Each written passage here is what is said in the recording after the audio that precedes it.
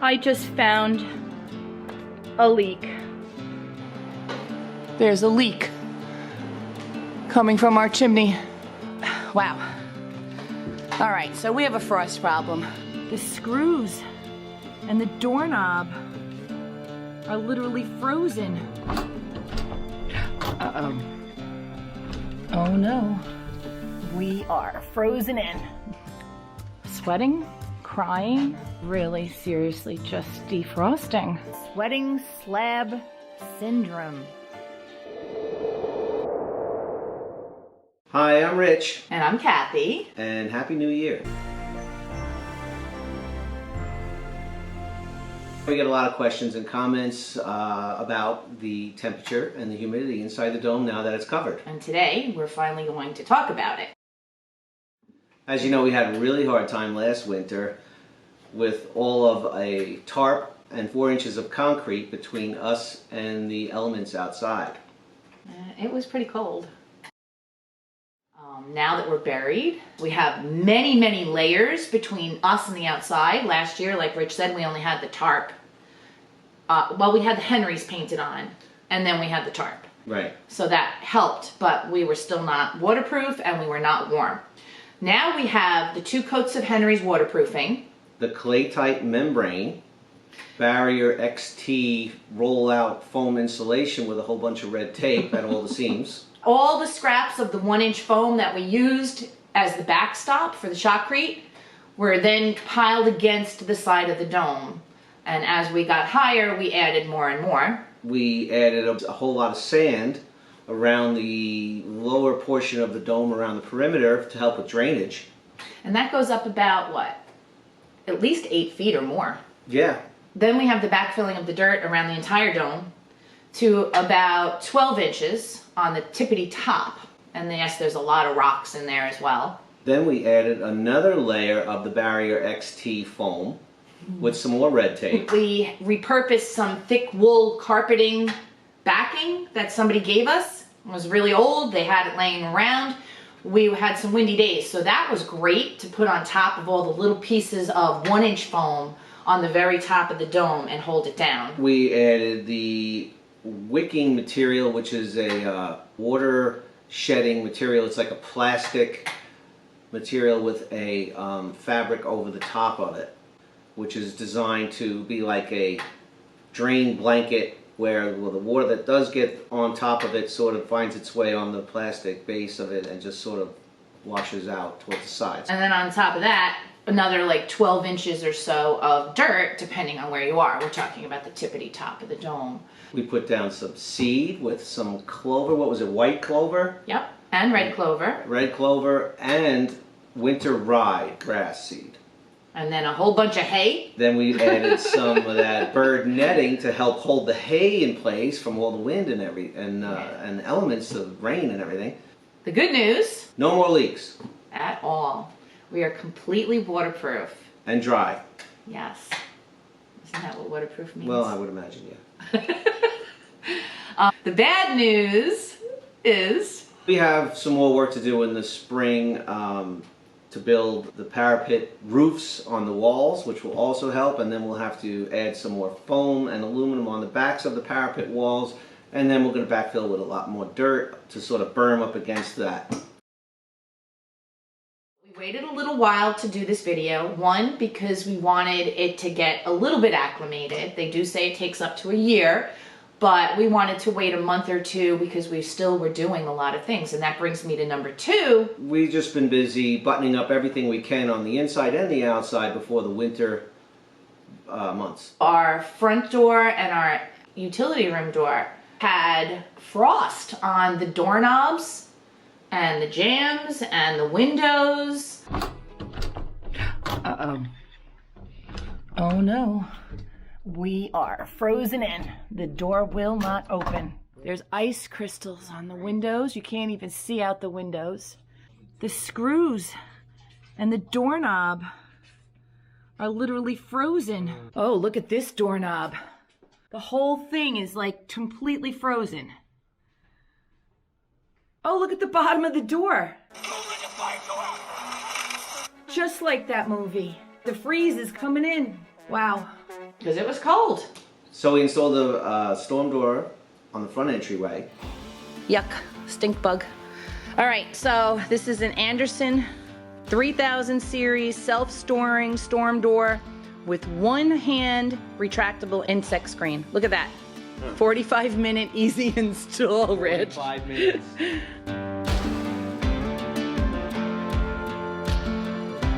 So we spent 45 minutes reading the directions and finding all the tools that we need. And the handle. And the handle. Now we're going to start the clock from the minute we pick that door up and start to install it. Right? It's 12:36 right this second. Let's begin now.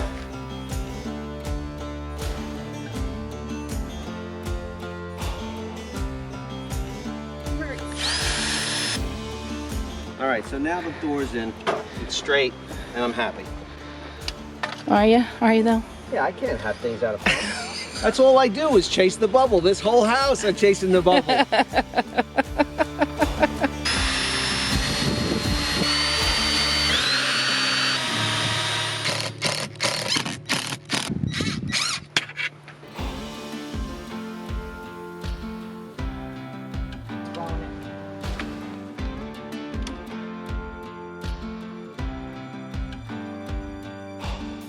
This is a window. This is a screen, so it's like the screen hides up in the door. And if you do that, you have a screen. That's pretty nice.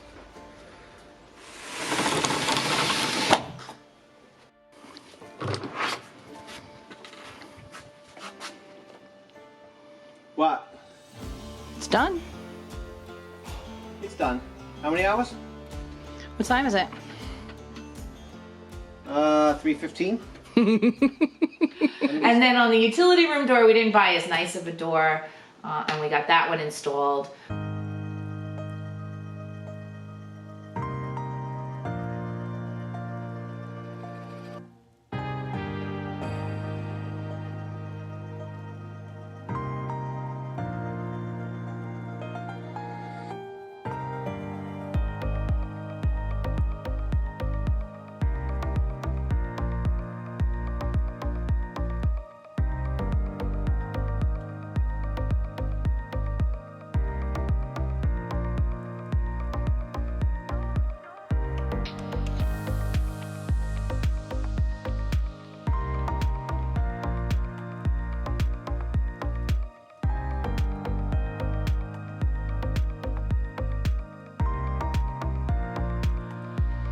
All right, there it is. This is a Emco storm door. It's one of the more budget-friendly doors by Anderson. One step closer to being a little warmer this winter.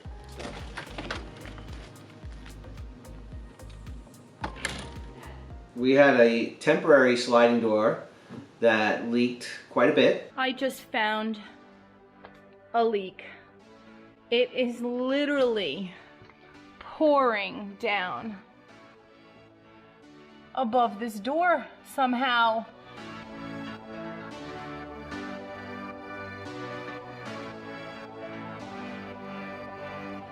And we were finally able to get our 12-foot Anderson sliding door installed Friday after Thanksgiving.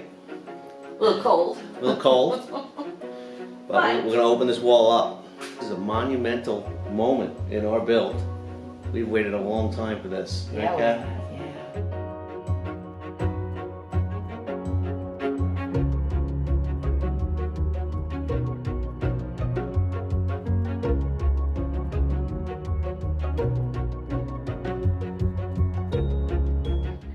Clear to the outside. That's like almost a 1/4 inch gap there.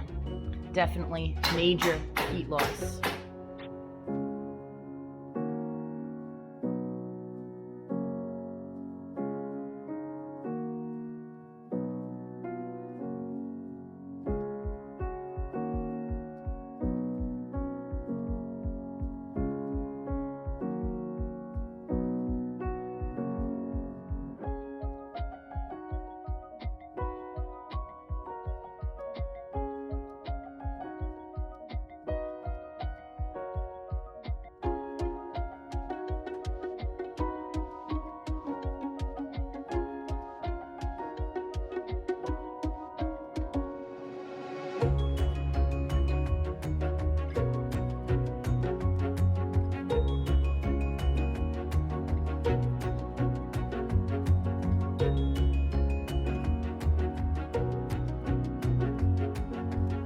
kids finally came to visit.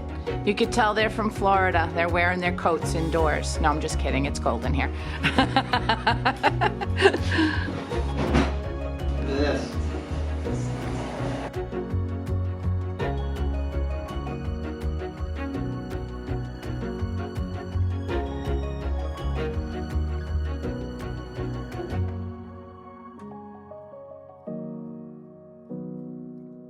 We just got to do the flashing and the trim, and it's going to be great.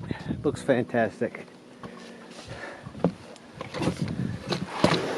Thank you to our nephew, Bobby. Yes, thank you, Bobby. We did a few other things. We put some insulation around a few of the windows, and we used red tape to start taping off and create a tighter vapor barrier on the south wall. Which needs to be completed. It's not finished yet. It's not done. Okay, Richie is going to put some insulation around the window. You got that whole piece in there? Yeah. Wow, there's a lot of room. There is. And your extension jam is going to come out. You'll have room for a little more. Yeah, okay. All right, got to do the top and the other side. And then we still have a few windows to get done. And we'll just get warmer and warmer and warmer, right? Yeah, and at the same time, we clean up the mess we made from yesterday.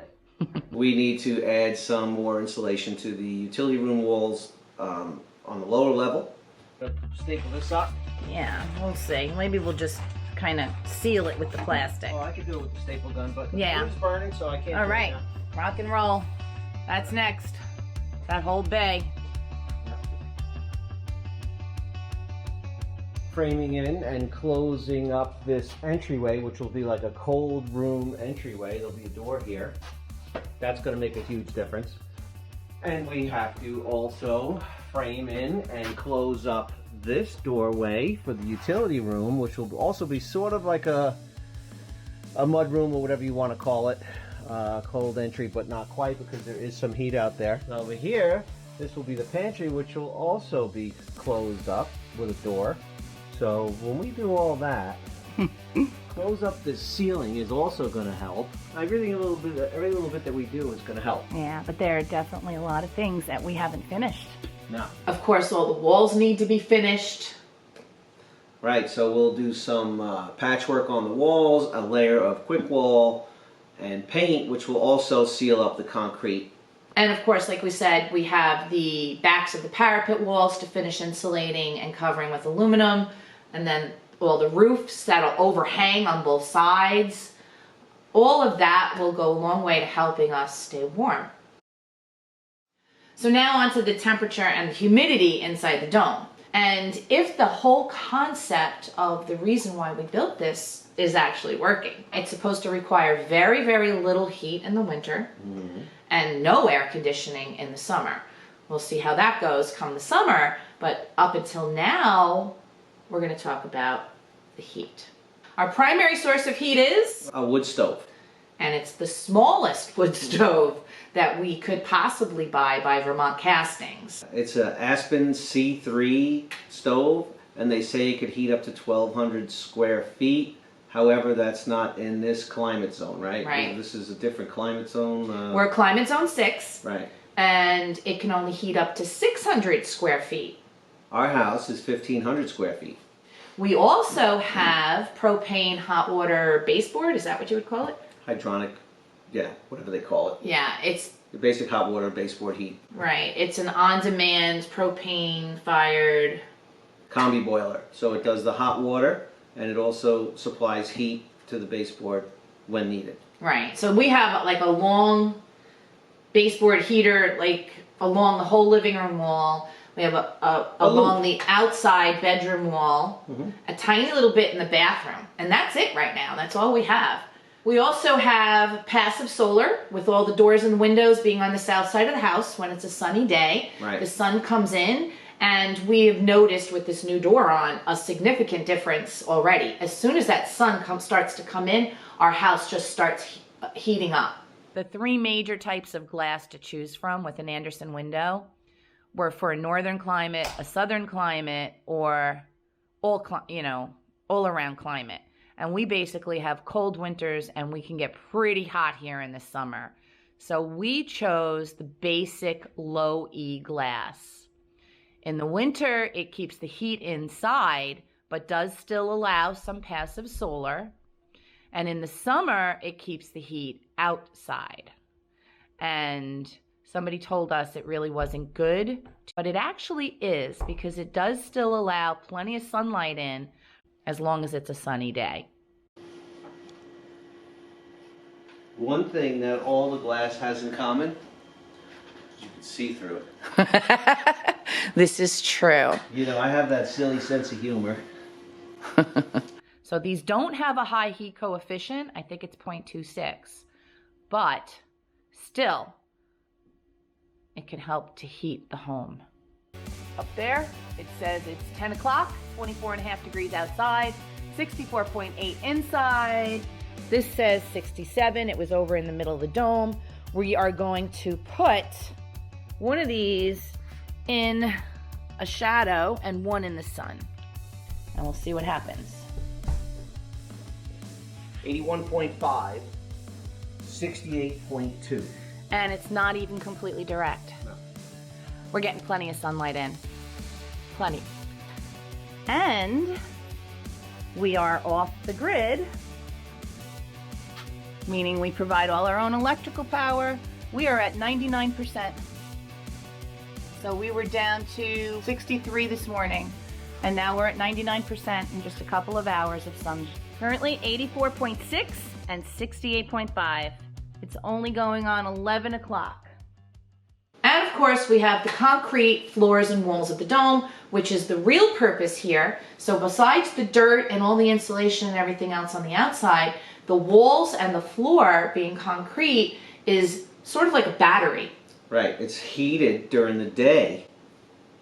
Right, they absorb all the heat for that we are using in the house during the day, and it does a good job of holding the heat, and then during the evening hours it releases that heat back into the house. So that little wood stove has been maintaining 69 to 70 degrees on average with no problem. This is going to be a game changer, because the way it feels right now when he's standing next to it at 150 degrees, do you remember how cold the dome was? We could barely feel this thing, and it was like 600 degrees. Yeah, we had that going 24/7 last winter, and we had our combi boiler baseboard heat going all winter last year as well. And we could only maintain 50 degrees inside the dome. We've gotten down to 8 degrees so far. Yeah. And we have been toasty warm with that little wood stove that's designed to only heat 600 square feet. It's doing a phenomenal job, which tells me that this whole design is working. it's working really well. At night, when we go to bed, We let the stove burn out, right? We basically just go to bed. The thermostat, what does it set at night? What does it go down to, 64 or something? 62. Oh, so I don't know what you have it set at, honestly. I don't. But it hasn't gone on. Yeah, so whatever it is, the thermostat never calls for heat during the night. We wake up in the morning. The house is about 63, 65 degrees. Depending on the outside temperature. Right. I mean, it's been as low as 8 degrees outside, and it's still 63 inside. Right. Morning, it is 34.9 out, 64.1 in. It hasn't gone below 63 Right. degrees yet. Right. So. With no heat all night. Right. And then we just throw a couple of logs in the stove, get it rekindled up, and just the cycle starts all over again.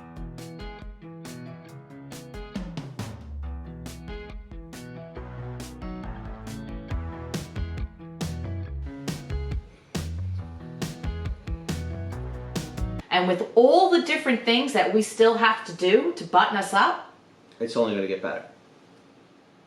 the other issue that we wanted to talk about was humidity. Yes. These houses are known for having high humidity problems. We were averaging 70% humidity most of the summer. Right. Would it be fair to say that concrete also sort of absorbs and holds moisture, or? I'm not sure, I don't know. honestly. I don't know. But it's like a basement. Think about a basement. A basements- basement's always humid. Yeah. So we did buy a dehumidifier for the bathroom. It's a very low wattage dehumidifier. I think it only uses like 200 watts. When we turn that on, it gets the humidity down in the bathroom really fast after a shower. But that's really only when we use Basically, the bathroom, of course, would be one of the highest Yeah. rooms with the, to generate humidity because you're showering and all that. So, Yeah. I mean, we have Makes the sense. ERV unit, which they made us buy. It was actually part of the kit, which was pretty smart on their part to make us buy that, because I could see, you need ventilation. yeah, you have to. It's a very tightly sealed house. Although ours is not nearly as tightly sealed as most of these earth shelters houses would be. Most of them only have windows and doors on the south side. We've got windows and doors on the north side, and we've got a door on the west side as well. So we're definitely not as tightly sealed.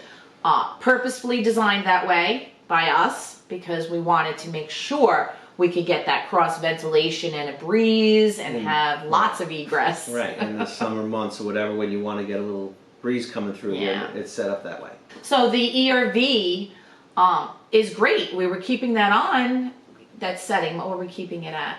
It was somewhere around 8 to 10 minutes every hour, right? Yeah, And so, around the clock. Yeah, it would automatically turn on and turn off every hour. And it's an energy recovery ventilation system, which means it's supposed to do like a heat and humidity exchange as the air goes in and out to keep it the same. Right. It's supposedly designed to not let any additional humidity in, but just exchange the warmer air with the cooler air as it Yeah. goes through the box there, the heat exchanger. We found that we were fighting that in the winter months when it was really cold. When it was cold outside, the air that came in was just cooling down the dome and working against our little wood stove here. Yeah. So for a while there, we couldn't figure out why we couldn't get the temperature, up around 70. Where Right. like We should couldn't be get able to. over, what, 65, 66 Something like that, with yeah. the stove? So as soon as we shut that ERV off, our dome warmed right up. Part of that could be because we're not completely insulated and buttoned up. It could also be because it takes about a year for the entire thing to get acclimated properly, and we haven't been through a really warm summer yet. We're not sure. And of course, we do know that building our underground house above ground, we definitely probably sacrificed a little bit of that energy efficiency. But we were willing to make that trade-off for the ventilation and the humidity and everything else come the summer when we can open up and get that cross breeze on both the first and the second floor. Right. So we decided to just sort of manually operate that on an as-needed basis. When we felt it was getting a little stuffy in here or whatever, we would just hit the button and let it run for 10 minutes or something like that. And that's been working better for us. Since we turned off the ERV and since we've been using the wood stove, our humidity has been averaging about 50%, which is exactly where we want it to be. So it's a very nice, comfortable humidity right now for the winter. What we'll do is we'll run the dehumidifier in the bathroom when we shower to just maintain that, clear it up right away. But we don't know what the summer will hold. We may have humidity problems come the summer. So we don't know what the temperature is going to be during the summer inside. We don't know what the humidity is going to be in the summer inside. So time will tell. So the climate is comfortable. And we couldn't be happier. Yeah. Minimal effort, tiny little stove, Yeah. toasty warm. What a difference a year can make. Right? Yep. So we've been working inside. Richie's been working on the kitchen cabinets. And we're working on the butcher block. You might be able to see it behind me. That's the island in the middle between the kitchen and the dining room and the living room. And that's where our kitchen sink is going to be. Can't wait for that. So a lot to come. Thanks for joining us. I'm Rich, And I'm Kathie. and we are creating a simpler life here in the Adirondacks. But simple doesn't mean easy. If it was easy, everybody be doing it. So. See you in the next video.